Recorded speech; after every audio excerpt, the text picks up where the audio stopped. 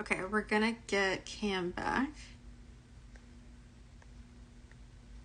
Instagram just said, Now we're back. Hey Cam, I just sent you an invite. There we go. Okay, Hey, we back, we back.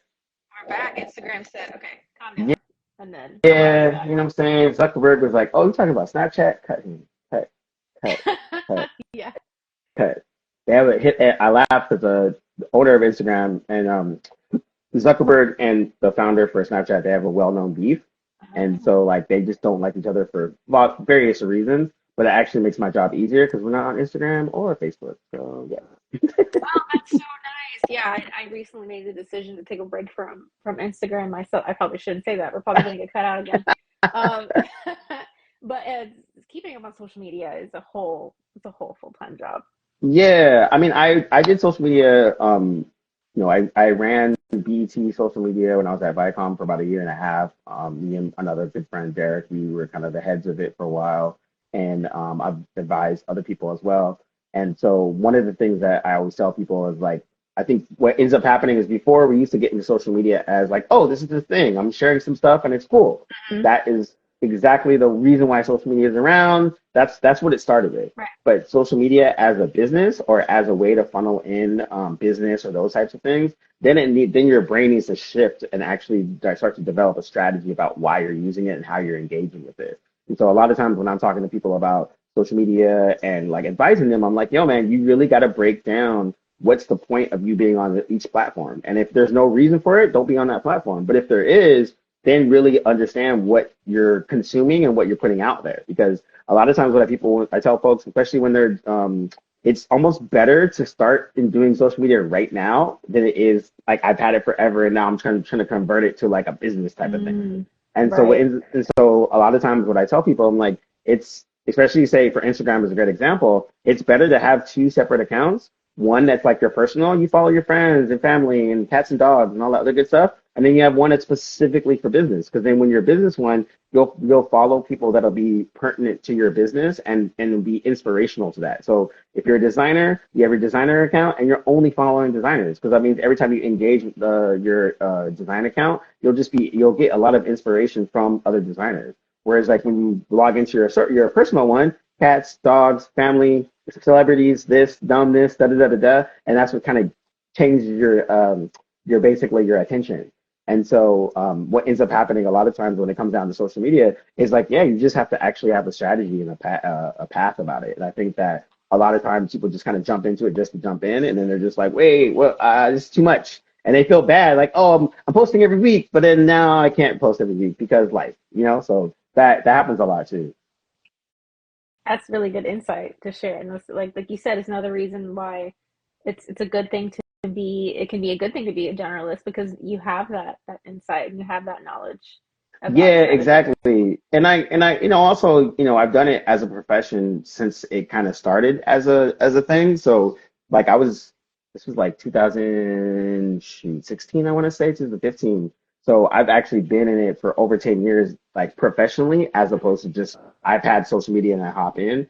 And so a lot of times when I'm advising people nowadays, when it comes down to social, it's like, yeah, you have to really like, what is the reason why you're on this platform? Like if you're on Instagram and you're just on it to look at big booty chicks and laugh at memes, then that's cool. But if this is your actual job and you're trying to get clients and those types of things, the type of content that you're going to put out and the type of people you're going to follow is going to change. And so you want to make sure that like, Instagram could easily be a doom scrolling thing where, Yeah. you're taking in all of the news, you're taking in all the gossip and all that. Or you can kind of clear all of that out and only follow things that are within your interests. If you're super into design, you're following photographers and designers and filmmakers and stuff like that. Then every time you interact with Instagram, then you're basically creating a sense of inspiration as opposed to just like doom scrolling through all the latest dumbness that's going on. No, that's really interesting to hear. I'm definitely taking notes on that one for my own channels. Speaking of something else that you're working on, tell me more about Mookie Ventures, what it is, where the name comes from. I know I've seen your Yeah, logo. Yeah. yeah. So, Mookie Ventures is kind of like a good catch-all for all the random shit that I do. And then and that honestly to legitimize it in terms of under an LLC aspect of it, because I think naming it ventures helps because it kind of keeps it like a catch-all. Because I can get paid through my DJing there or through consulting or those types of aspects. And so Mookie comes from high school, like b-boy name, that kind of thing. But my dancer names changed multiple times, but eventually my name is Cam. um, but that's been a nice constant that I've used for a while. But yeah, it's one of those things where it's a good catch-all for a lot of the randomness that I do, and so it helps to kind of at least have that. And then also too, it's easier to like bill people and codify and those types of aspects of it, because if it's gone through so many different iterations where it was like Mookie Design and then Mookie Creative and then Mookie Social, and then I'm doing more business stuff and strategy. So I'm like, all right, venture sounds a little bit more like catch-all, because then if I do some design stuff or I do some social stuff or any of these other types of things, it all kind of works out. Okay, cool. Yeah. So let me get let me reform this question. So knowing that you switch between these different disciplines, what chooses you to what will make you want to work with a client? Like if somebody comes to you and says, I want to do this, and that, what will cause you to choose that project over another project? Since you can do so many different types of things. Yeah.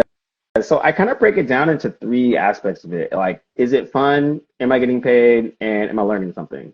And if it's not one of those three things, I have to really evaluate why I want to get involved with a project. Because there's like some projects, like, as you can tell, I talk a lot. So, sitting down for 30 minutes and giving someone their like marketing strategy or social media, I could do that like with no problem. But I'm not doing any work. All I'm literally doing is I'm talking. You take some notes, go run with it, have fun. But if you're going to actually do more, like an actual, like, let's do a real project together, let's do it, then it's like, okay, what are your goals? What are you trying to accomplish? What are those types of things? And so I think sometimes, when I'm looking at projects and people that I'm like helping, I had a career coach last year for through Better Up. And it was really illuminating because he was like, you could probably do anything, but you can't do everything. And so you have to really look at the types of things that you want to do and where you want to put your time and your energy and be more intentional with it. And that's one of the things I've been really, really paying attention to last year and this year as well, just being more intentional with my time. So I think those three pillars kind of help me. Like, oh, is it fun? Okay, awesome, let's do it. Oh, am I learning something? Even greater. Am I getting paid? Even better. And so if it doesn't hit one of those three things, then I kind of just like look back. I'm like, do I really need to do it? Or is this more just a conversation or over coffee or something like that? I can advise and I can keep it moving. So I really been trying to like really put my time and be more intentional with what kind of projects I work with and who I'm working with all around those pillars, so that way it's beneficial for myself, but it's also beneficial for them too. Because I think that when I was like younger, I would actually kind of just like work with everybody and help everyone. I was, I want to help you. Like, oh, you're doing this brand, you're doing this, like, and I get a little too excited, but then I would be putting in a lot of energy and I might not be getting anything out of it, whether it's, like I said, monetary, I might not be learning anything, or, it might not be that fun. And so I think now I've learned to kind of like dial back the camness, if you want to put it, and then really just be like, okay, like if I'm gonna work with this project, why am I gonna do it? Is it gonna be fun? Awesome. Let's make it happen. Is it gonna be interesting, or is it gonna be, is it a high price tag? Also awesome. Or if I'm going to learn from it, and honestly, learning and having fun are two main things that I would almost do any project for, because if I have the time to do it, because then that's something that can enrich me. And then the money aspect, of course, hey, we're providers of services and that kind of stuff, and so that always works in it. But I think when I'm freelancing, it's a little bit different. But then now having a more 9 to 5, been there for about a couple of years, just escaped the second round of layoffs of the Hunger Games. So I have I have a little bit of comfortability, not much. I'm still in tech, but really being able to be like, okay, now that I have a solid 9 to 5 that is paying a good wage, do I need to do so many freelance projects, or do I just put that time into myself and do the things that I like doing? So would you say having your freelance projects is sort of a strategy to help give you stability, ironically, as you're doing your 9 to 5? Mental, yeah. Yeah, I would say more, it was like, I think it would give me more mental stability. Like, I think that's the other key component too, because I think when I was freelancing, I usually do about 3 to 4 years staff and 3 to 4 years freelance. I usually just Oh, bounce back cool. and forth. Partly because of, the nature of being a creative, but then also too for interest and creative aspect of it too. So like a lot of times when I'm on a staff a position, things get boring and they get kind of a humdrum. And like I said, for other people, that is awesome. It's, stable. That's stable for that, and that's awesome. But I think for me, sometimes I need a little bit more of a kind of a creative. And so it's been interesting to kind of like change and hone that to be like, okay, if I am going to be at a staff position, Hmm. is my staff position and my job actually kind of fun? And if it is, cool. But also, I don't need to go ham or to go the extra mile like I would have like default is. I can like, actually be like, Gotcha. oh, it's 5 o'clock. I can go home like all the other white people do. Like Speaking just doing your job yeah, is a skill in itself. it really is. Yeah, I've been freelancing, but I'm trying to get into a full-time job so I don't have to burn myself out, Yeah. working for myself. And I keep thinking about these things that I'm trying to work on now on myself, like overthinking or overworking myself Hmm. or over delivering on a project that necessarily isn't gonna pay off Yeah. that way. So what are some surprise actually before um, I'm I'm flipping, considering my questions, considering my order.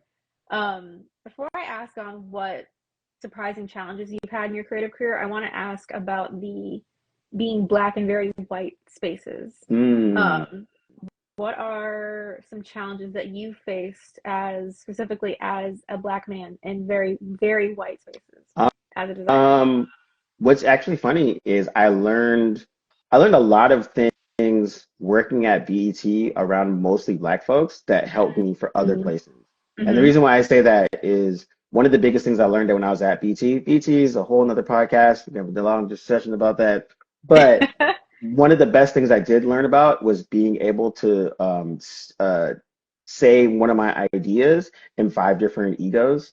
And so one of the things that I Oh. got, I got, because I talk a lot. I'm very sarcastic. I like to talk, drink jokes all the time. But one of the things that I was learning was, you know, my quote unquote know-it-all kind of demeanor can come across as condescending and sarcastic and those types Mm. of things. And so I was really struggling to kind of get my ideas across Mm-hmm. without those types of boundaries. And so as I started to talk to different types of execs, I had to like cater, like I kept the same initial idea, but then how I delivered it was changed as the person I was talking to. And that Right. helped me once I left BET going to different places. And I've gotten a lot better at being able to share my idea in different egos so that I actually hear it as opposed to the smart aleck kid or the, condescending guy, blah, blah, blah, blah, or the black man or whatever. And so that's actually helped me to convey my ideas a lot better. And then also just being a black person in a white space, you just basically are always mindful of what people perceive about you, because I Yeah. think that's the other aspect of it. Like we really carry our reputations a little bit more than your average white person or whatever, because if I'm the only black person there to hire a new black person, we are now linked. Yeah. Whether I Intrinsically, know this just person, yeah, whether I automatically. know this person or not. And so I think we have to one, we're already on. If we got through the door, it's part of Hmm. our skills, part of maybe our mouthpiece. But now staying in there and kind of like thriving there, that's the part that we're going to have to, work on, whether it's us being in larger spaces, us being in more roles of leadership and those types of things.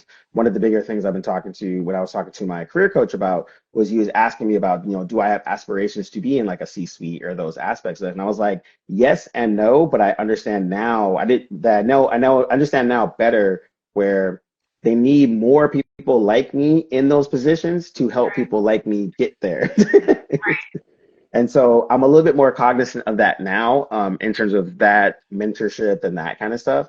And so that also helps with, like you said, working in white spaces. Like till I worked at BET, I've always worked in white spaces. That was normal. I was like, oh, this is cool. And then I got to BET, I was like, whoa, there's a lot more black people.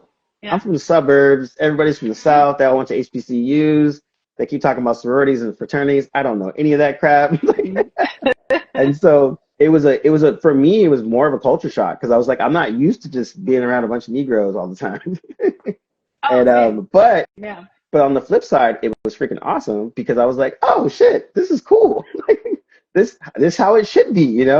And so I think it definitely inspired me to work more with other Black folks and that kind of stuff, but also at the same time to seek out people on the level of professionalism, creativity, ideas wise. And so I think that's why it's important for things like the African American Graphic Designers Guild for us to kind of commiserate together and be like, hey, we're all in this together. We're all in these different spaces. We can ask questions. We can, offer tips and those types of things. And so being especially if you're freelancing out and not in a major city, I've thankfully have always been in really big hubs, so I'm always around that type kind of creative energy. And so things like African Americans graphic designers things helps with that aspect to fill that kind of gap. And so I think being in mostly white spaces where there's not that many other Black folks, you basically you're making sure that you're being clear, you're making sure that you're non-threatening. You're making sure Or that if there was a shooting from a certain member of society from another member of society, that I don't know if Instagram is gonna not let. Sometimes Instagram doesn't like when you say certain things. I don't know if Instagram's gonna like me saying that, but that's why I'm being a little beating around the bush about it. But when a certain member of society shoots another member of society, uh, do you bring that up? Is that that's always a thing for me, yeah. like being in the like that's something that I think about whenever I'm working with, especially white people. I'm like, well, I don't feel comfortable bringing up this segment of the news. I will never bring this up. Like it's that sort of mental burden you're always Yeah, thinking and about. I think it's also, I've advised other people, like it's funny because when a lot of that stuff was going on, and specifically, I was working at a startup. It's mostly white folks, actually mostly white folks from Utah. They're mostly Mormon. They all went to BYU, that kind of a thing. And so, one dude, to his credit, he hit me up and he was like, "Hey, man, I don't really know much about this. Like, I know that there's police killings. I know that Black folks are overly affected by it, but I don't know that much." And I was just like, yo, dude, the fact that you actually asked, that's actually pretty dope. Yeah, it's surprising. Yeah, exactly. Like I was like, that's a start. And then my podcast, the Table of Truth, we've had unfortunately, multiple episodes talking about our experiences and that. And I sent it to him and he was just like, yo, thank you. This was a great introduction to at least understanding how you guys view things like that. Right. And I think, and I was basically telling him, I'm like, yo, man, not every Black person wants to talk about this shit, but then the ones of us that do, we understand that there's a level of burden, a level of patience that we have to have with people that ask these questions. And so that's kind of the thing where it's like, if you're not comfortable talking about that, I don't think you should. And you can even just say, like, yeah, I'm not really comfortable talking about that, politics like that. I'm good. Me, Yeah. like, again, talk all the time. So I'm like, I'll take it on the chin for everyone else, like, and have that conversation because a lot of times it's me just letting them know, like, yo, when you call the police and I call the police, we have two separate experiences. I'm a suburban Negro. I talk like this. I still am looked at exactly the same way. So Yeah. even though most of my interactions with police have been on a good way, that doesn't mean that helps me at any given moment. So I think one of the things I usually remind people, especially white folks, about that, I was like, not every Black person wants to have this conversation with you, but the ones that do, then you need to listen and ask the questions and be cool about it because they're actually taking their time to be like, yeah, this is a fucked up thing that's happening and I can have a conversation with you. But other Black folks is like, nah, man, I don't want to have that conversation. I'm either going to punch you in the throat or I'm just going to ignore you. So I think, picking which realm that you want to be on and having that conversation is really great. Yeah, I think going into these spaces, having thought about that ahead of time also helps too, because you're kind of preparing yourself. Yeah, Um, 100%. I mean, I think, and you know what, because I've always worked in non-Black spaces, I've always been around. I grew up around a lot of Southeast Asians and a really mixed environment. So I'm used to that aspect of it, and coming to New York, meeting more other Black folks, especially creatives, I'm realizing that they haven't been in that, and so that's one of the things yeah, that I always have kind of talk about. I was like, yeah, like I'm used to being in a mixed environment or mostly white. Like I'm used to being the Black person or one of two or something like that. So it wasn't a big stretch for me, but then for others, I realized how much of a stretch it is. And so like that's why a lot of times I'm completely open about helping folks and like just being like, yeah, man, just realize most of these people, they don't pay attention to the same stuff that we're paying attention to. And so they'll say stupid stuff or things like that, and it's on you whether you want to engage or not. Like I'm of the ilk of like, if you don't want to engage, then let people be. Like it's not, you're not Malcolm X and Martin Luther King for every non-Black person. But if you want to, then understand that there's a level of mental and social energy drain that's going to happen if you start to go down that path. For sure. It's funny that you talk about being a suburban Negro. I am a rural Negro. I don't call myself rural, but you know what I mean? Like I live in a very rural area, and a lot of times when it's me and my one black friend in the art space in my local town, it's me and her, and just talking about these things. We'll have conversations with each other after something that happens, specifically about something that somebody said, and then we're helping each other through that. Should I Yeah, engage? Should I not engage? Is it worth this? Is it worth that? That whole thing. yeah, no, Um, definitely. I think for yeah. me, one of my friends kind of challenged me. He was like, "Yeah, you know, you've worked at a lot of sexy places and big companies and all that, but like, would you be able to do the exact same thing that you do now at like a tire company or semiconductor or like where something that's not in a major hub because those jobs are available as well." And so I thought that was an interesting challenge where I was like, "Oh, that's a really good point," because I have. I generally like big cities. I enjoy that aspect of it, and I love the chaos that's going on, but at the same time, could I thrive and be okay in back in the suburbs or back in, like you say, like a rural area? And that would be an interesting challenge for me, I think. Yeah, that is interesting. We had a whole my last interview was with Dewan Hall, and he's talked about being a small town designer, and we kind of we commiserated about that, about how it can strengthen you, and it can also be there's certain challenges that you face too. So it's interesting to think about, how would your work environment, your work life be if you were in a different types of Totally, companies. totally. I Speaking of AAGD and speaking of the collective, speaking of being black in very white places, I'm curious of what advice you would give to younger black designers, less experienced designers who are just starting out, who want to do what you do, or who want to be multi hyphenates.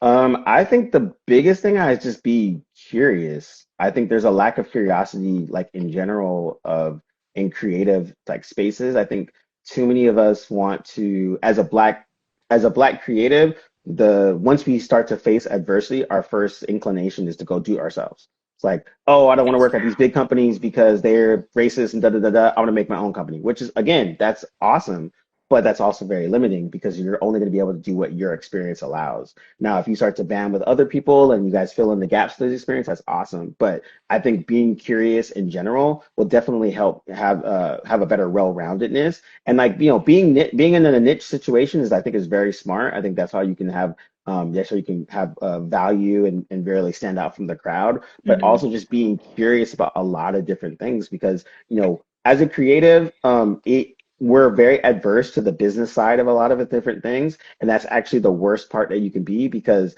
the business people that aren't creative are the ones that take advantage of all the creatives. That's true. And Yeah. so and so you'll have, this business person is going to pay you as cheap as they can because you don't know business. And if you understand just basic principles of business, motivations and all that, that elevates you more than most creatives. Now, it doesn't mean that you got to be a shark and you got to be all that, but you definitely need to have a better understanding of like why your value is there and where that takes you. And so by being curious and learning new things outside of just the business of design, the business of being a creative will help you in that aspect of it because there's a lot of people that aren't creative that will 100% take advantage of you and they're trying to get you as cheap as they possibly can. And if you don't know your own value, then they're going to be like, "Oh, cool, you're a sucker. Here, I'm gonna pay you as little as I can because I still need that. I still need that PowerPoint done."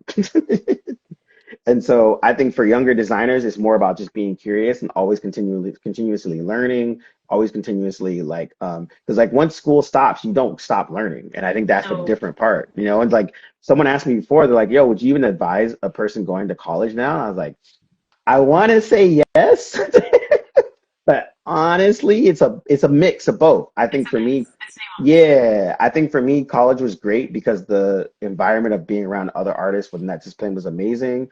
I think I learned a lot. I'm glad my specific program was well versed and they've evolved as things go. But at the same time, if your goal is to go get a job at this, then college might not be that thing. But if your goal is to be a better artist, be a better designer, college might be something that will help you in that aspect of it.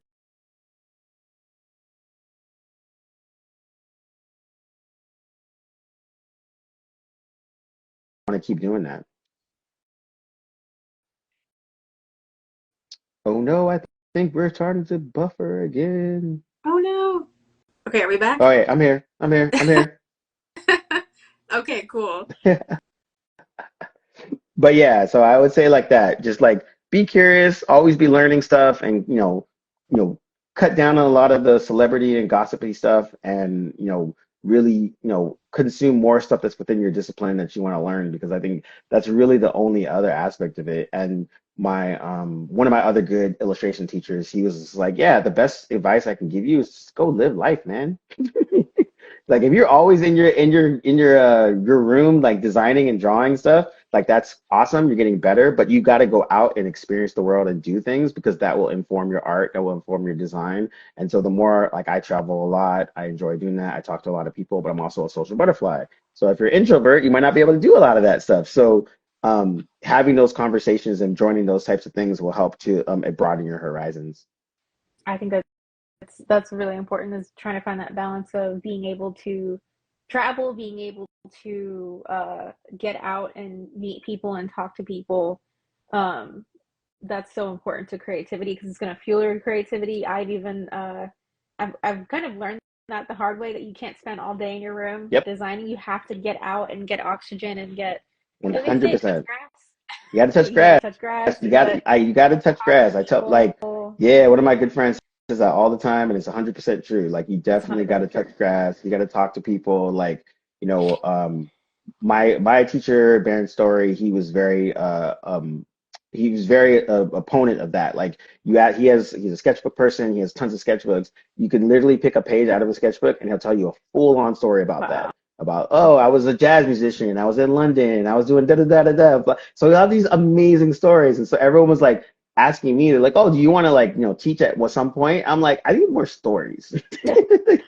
Like, I have a lot of them, but I want to be at a point where, like, when I'm 60 or something like that, and I'm teaching young people, I'm like, oh yeah, there was a time I was in New York City, 2008, and I was at this club, and they were breakdancing and da da da da, blah blah blah. So I think the experience aspects of it will help. And so even if you can't or don't have the means to travel or those types of aspects of it, um, finding those communities of those type of hobbies and things that you like, and connecting with those communities helps a lot, because, like, we have the most technology to connect with people. We're also the most loneliness right now, which is Yeah. crazy.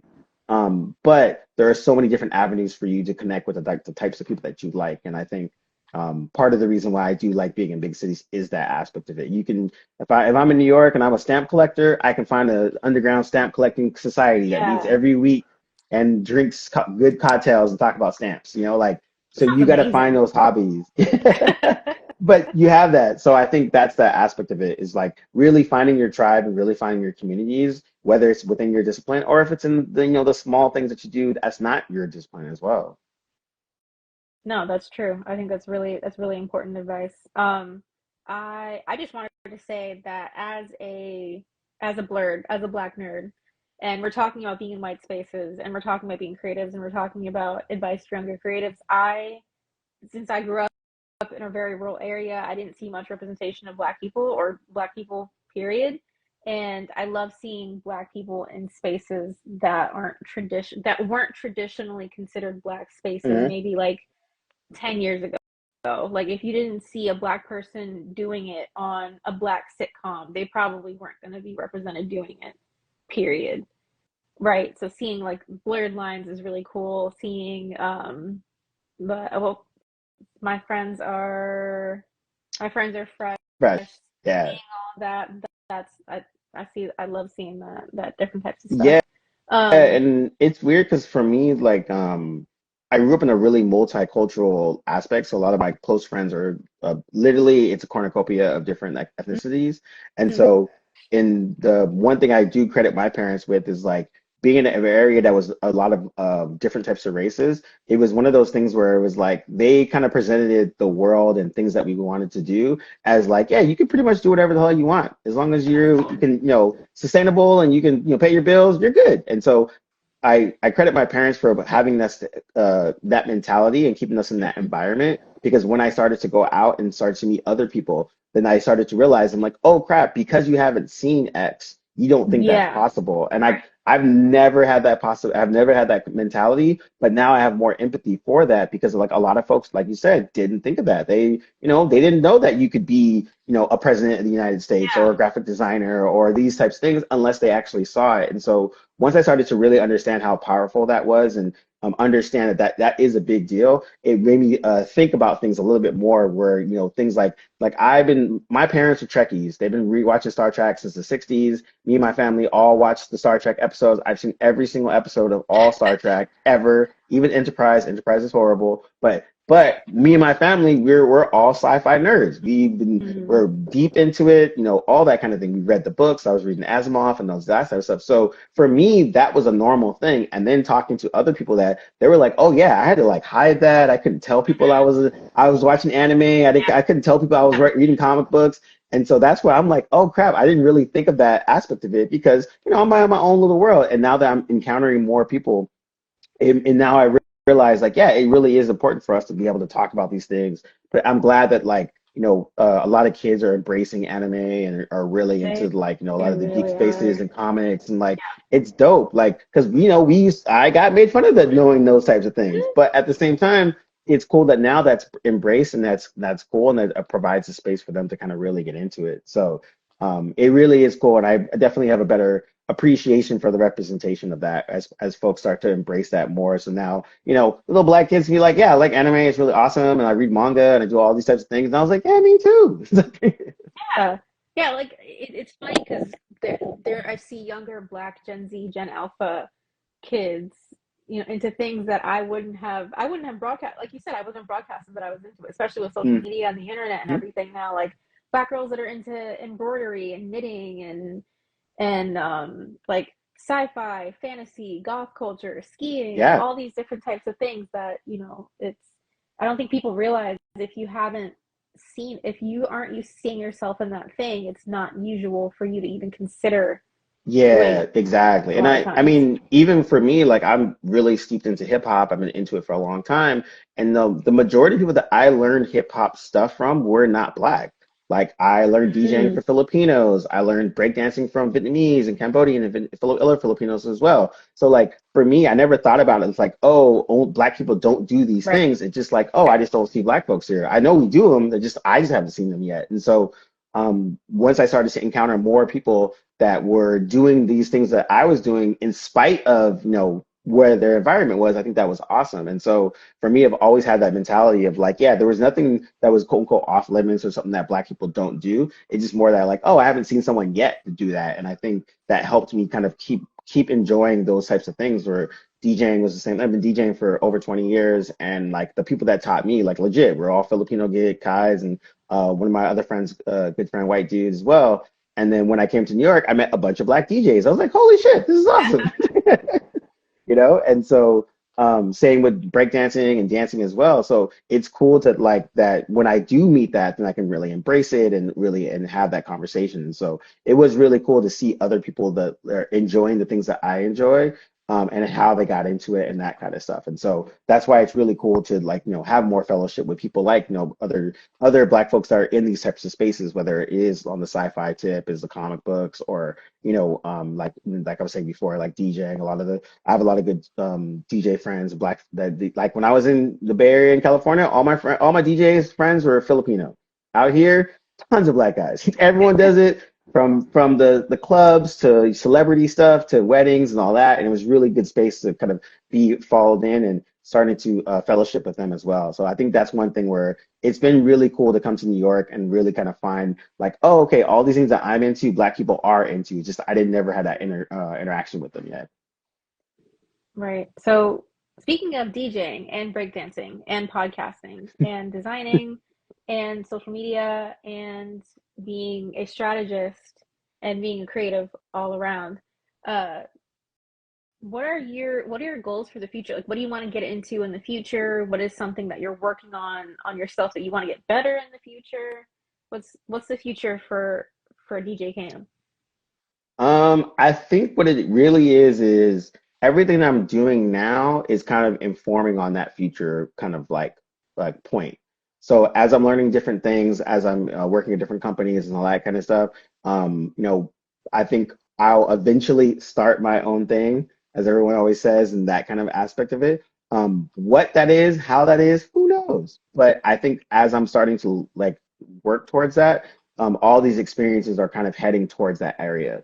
I think also too, in like someone asked me like, "Oh man, what's your like retirement plan?" I'm like, "Oh, I'll just like run for Congress or something like that. Do 2 terms, I'm out. Good." That's not that bad. I'll be like 60, say till like I'm 70, retired, and just kind of relax. I got unlimited health care for the rest of my life, like something like Oh, that. true, So, true. but I think a lot of it is I kind of look at everything as more of a learning situation, and so I think eventually what that will kind of culminate into will be some type of a company that can be like I personally would love to do something that's in a creative space with other people, and it also a way that can give back to folks that are younger, give back to the Black community, but also kind of still keep that spirit of being creative, having fun, enjoying that an aspect of it, and so. I think one of those types of things is like as I'm starting to learn all these things, like I'm been getting a lot in the last 3 to 4 years, I'm learning a lot more business strategy and those types of aspects of it.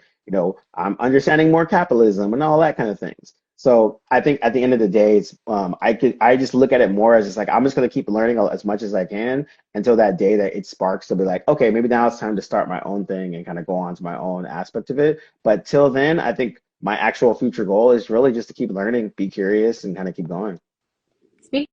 Speaking of giving back, speaking of having this eventual business, if this is a question I like to end the interview with, um, if you had unlimited resources, if you had Bezos, Elon Musk, all those tech people that you've worked for, if you had all of their fortunes combined plus unlimited resources, what would you do with it? Some people go like, "This is what I would do for myself personally." Some people say like, "I would make this business," but what would you do with that? I would probably split it up into like three buckets. I think one bucket would be me personally. I could do whatever the hell I want, which would be hilarious, honestly. Um, I think one bucket would 100% be more on the giving back aspect of it, not necessarily philanthropy because that's a whole other situation, but kind of doing things for people and that aspect of it. And then one bucket would be more on the family tip in terms of that aspect of it. I think, giving back and kind of working with other people and allowing them to have these opportunities in these kind of spaces helps a lot. And so I think, there was a good study. It was in Stockton, actually, Stockton, California. It was a young mayor, he was a black guy in his 20s.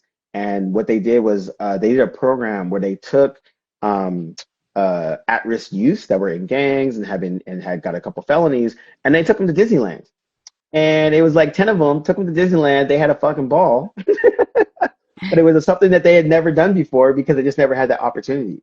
And so I think small things like that can to expose people to different things they never knew before. And so Mhm. I would actually work at that. Like, I think I didn't grow up in a lot of like impoverished areas. I was in the burbs, but now I have a better understanding about like the lack of resources that a lot of people have. So it's as simple as helping people, whether it's jobs, whether it's money, whether it's food, and those aspects of it. So on the giving back aspect of it is more just making sure that folks have the opportunity to know that it's possible that they can do these types of things. And it doesn't necessarily have to be within the capitalist paradigm of like things, but it also could be an actual just like a helping aspect of it. Because I think there's a lot of black creatives that want to be creative and they're just like, but I gotta get a job. And like Right. I would want to like be able to help that where it's like I would love to have more black creatives in our spaces, but at the same time, I also understand that not everyone has the means to do that. It's like some folks got to go work at the MT at the bus place or be a subway person or trash or these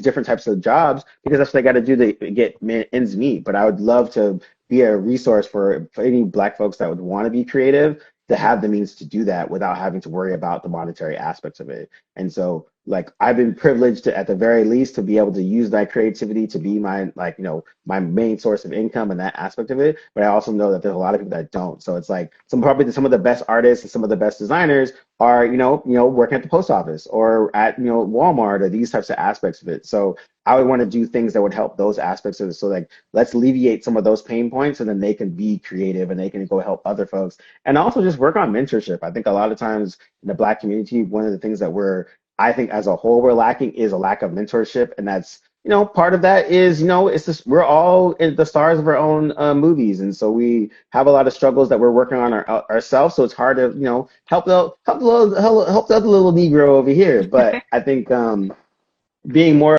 available and being able to advise other folks that are trying to come up and try to do things, I think that's super important because someone else did that for you at some point in your life. And so I think having that space to be able, and mental space too, to be able to do that. Because usually you help others once you're good. And Yeah. so if you're not good, you might as well just work on yourself, make sure everything's good. And now that you're like, oh wait, everything's actually not that bad. All right, let me go help some folks. So I want to help people get to that space where they feel that they have the mental capacity and the monetary means to help others and or they want to get into the same thing. Because someone asked me the same thing. I was talking to a couple of high school kids, and he's like, hey, you work at a company, a tech company. What if you get laid off tomorrow? Like, what are you gonna do? And I was just like, I mean, I got options, man. I figure it out. And they started laughing. They're like, what does that mean? I'm like, yo, I'm multi hyphenated. So I have different resumes for the different types of skill sets that I have. So I don't get sad or mad if I get laid off because I know I have the skill sets to find something else after. And so now it is difficult, not to say it isn't, but by having different skill sets and different kind of things, it makes it a little bit easier to apply for different types of things and different type of jobs and to apply myself. So, having options in terms of just from a skill set standpoint just makes you a little bit more valuable than just only being specifically niched into that one thing. So all my generalists out there, there's hope for you. I know our teachers tell us different, but And then that's another reason why I like asking. I like asking that question because it's sometimes some of those things that you would do if you had unlimited resources are they're a little bit closer than we think. And sometimes it is, you need more resources to get it to pull it off. But a lot of the yeah, Black and designers that I interview, they say that they would spend, almost all of them say that they would spend part of it mentoring the next generation of designers. Yeah. 100%. And I think that's the part where there's a really good video 2 years ago. I think it was called Black Market Avenue or something like that. It was it was talking to a lot of Black creative directors in the advertising Mhm. space. Unfortunately, they was like, we got all of the Black creative directors in advertising. There's like 400 and something plus advertising companies, and one room. There was nine of them. Oh, that's And wild. so but the best part about that whole thing was they had a conversation about being in advertising, being the Black person in the space, those types of things. And from that nine, I'm pretty sure like seven to almost eight of them are now in the C-suite and gotten from where they're at to Wow. somewhere else.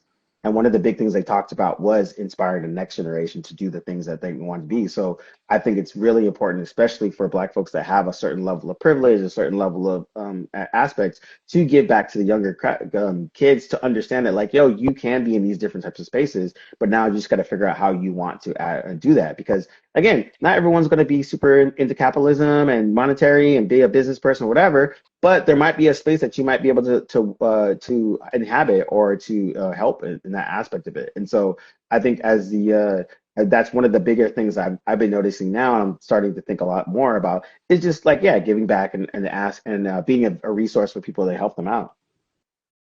No, I think that's great, and I'm glad that it's top of mind for so many, experienced Black designers. Tam, Yeah. thank you so much for joining us, and I was really excited to get to know about all the different things that you do and how you balance it all. Where can people find you if they want to connect with you? Yeah, so you can hit me up on Instagram at HeyDJCam. Has all my randomness there. I'm also on LinkedIn, Cameron T. Moore. You can probably find me. I'm pretty easy. But those are my main two things. And then my podcast, you have My Friends Are Fresh at My Friends Are Fresh. You can follow us over there. And then also Blurred Lines, we're under the Table of Truth umbrella, so you can follow us at the Table of Truth, and we're there too. All right, thank you so much, Cam, for joining us. If you all want more uh, to join AAGD in more live events and get to know the AAGD community, you can join us next week, March 13th at 7 p.m. Central, 8 p.m. Eastern. We're going to have our monthly movie night. The movie night is to be decided. If anybody has any suggestions, you could DM me or Terrence because it's not just us deciding programming, it's also y'all, our AAGD community, deciding what we're gonna watch together. So until our next spotlight, I will see you guys next time. Bye. Thank you. Thanks for having me. See you later.